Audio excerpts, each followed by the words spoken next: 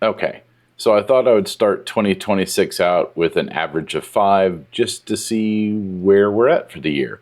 I really want to make some improvements this year in my solving. Um, my first cubing goal of 2026 is to obtain an official 3x3 solve under 30 seconds. Right now, it's at 40 seconds, so we have to shave at least 10 seconds off.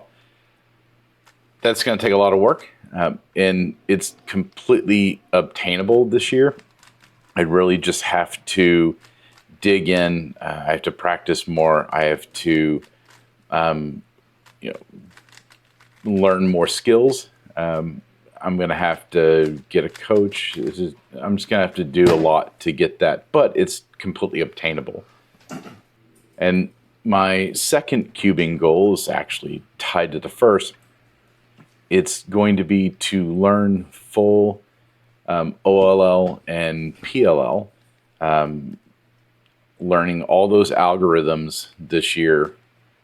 I think that's a really good goal to help with getting under 30 seconds, but that's just something I feel that I need to do for myself. I also have to find an identity for this channel, right? I'm not the fastest cuber, and I'm never going to be. I'm not the guy that's going to be reviewing all the newest stuff. Sure, I'll review some. I reviewed some of the new Bluetooth cubes that came out this past year. I'm also not the person that's going to dissect all the new puzzles and tell you how to solve them all. I'm going to play with them. I'm going to video them, but I'm not going to be the one to explain them all. There's other YouTubers out there that do that. So I have to discover what my channel identity is if I'm going to continue making regular videos, which I think I'm going to, because I'm really starting to like creating YouTube videos. I'm really starting to like creating content for people to watch, not just for myself, but for other people to watch too. That's a realization I recently had. So another goal that I want for 2026 is to learn how to solve an FTO finally.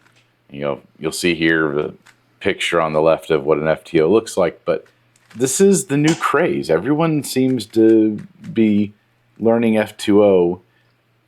I've tried. I don't understand it yet, so I'm really going to have to dig in, learn the mechanics of it, learn how to solve it, and see what all the fuss is about. But I think it could be a really fun journey. I just need to do it. So that will be, one of my goals. I learned with the Advent series that I don't want to do daily videos, obviously. Weekly, maybe. At least every 2 weeks in this next year to create videos, but we'll see. Maybe I'll do a video a week, maybe every 2 weeks. I'll have to figure that out as I figure out what I want to be as a content creator. Am I a content creator?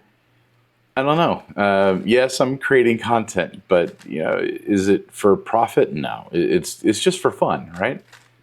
So another goal that I have is in regards to that fun, solve a 21 by 21 by 21 and actually record it. Right now, to date, the biggest cube I've solved is an 8 by 8. So I'm going to have to solve other cubes.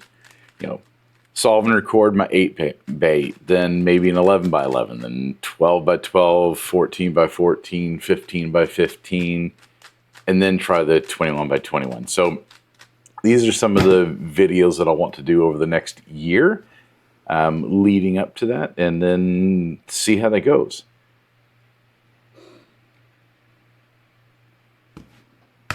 All right, fifth solve and fifth cubing goal for 2026.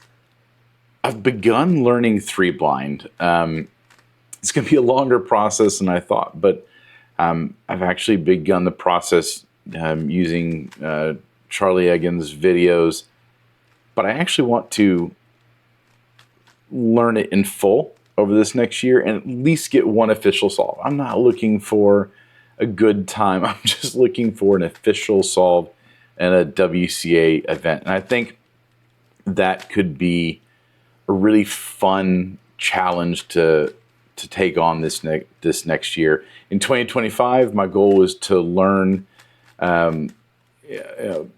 the fewest moves count, the FMC, and to get an official solve there. And I did that. I was able to accomplish that. So this year, let's focus on 3 blind.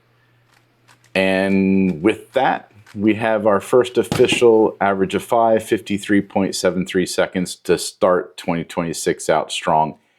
Here's my goals. I look forward to making them in the next year, and we'll see what that brings. So subscribe to my channel for all my upcoming videos, and let's go on this journey together.